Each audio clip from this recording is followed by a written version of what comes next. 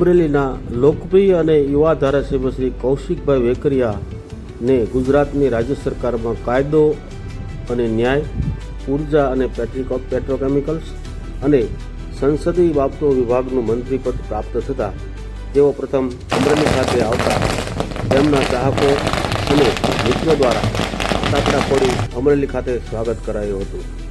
અમરેલીના centre point ખાતે મંત્રી શ્રી કૌશિકભાઈ વેકરિયા આવી પહોંચતા સ્વામિનારાયણ મુખ્ય મંદિરના સંતોએ પુષ્પહાર તથા શાલ ઓઢાડી તેનું ભવ્ય સ્વાગત કર્યું હતું. તેમજ જિલ્લાના તેમના સમર્થકો દ્વારા પુષ્પહાર પુષ્પગુચ્છથી સ્વાગત કરવામાં આવ્યું હતું.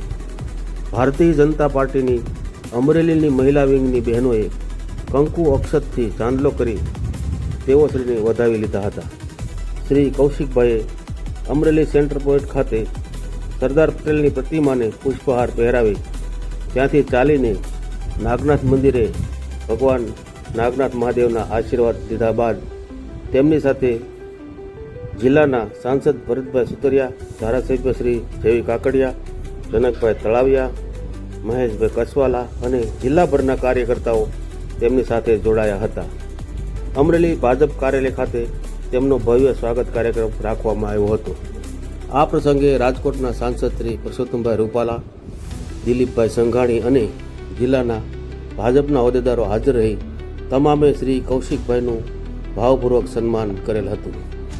જિલ્લાના ભારતીય જનતા પાર્ટીના હોદ્દેદારોએ મોમેન્ટો, પુષ્પહાર, પુષ્પગુચ્છ અને શાલ વડે કૌશિકભાઈને સન્માનિત કરી પધારેલા મહાનુભાવોએ જિલ્લાના તમામ કાર્યોમાં કૌશિકભાઈ મદદરૂપ થશે તેવો ભાવ વ્યક્ત કર્યો હતો.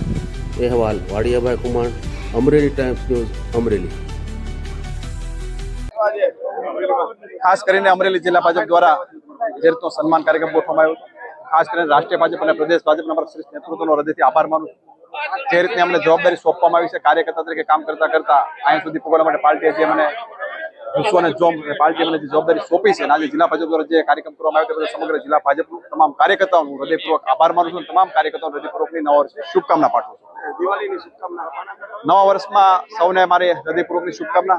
આવતું વર્ષ બધા માટે સુખમય, આરોગ્યમય અને સમૃદ્ધિમય નીવડે એવી નાગનાથ દાદાના શરણોમાં પ્રાર્થના.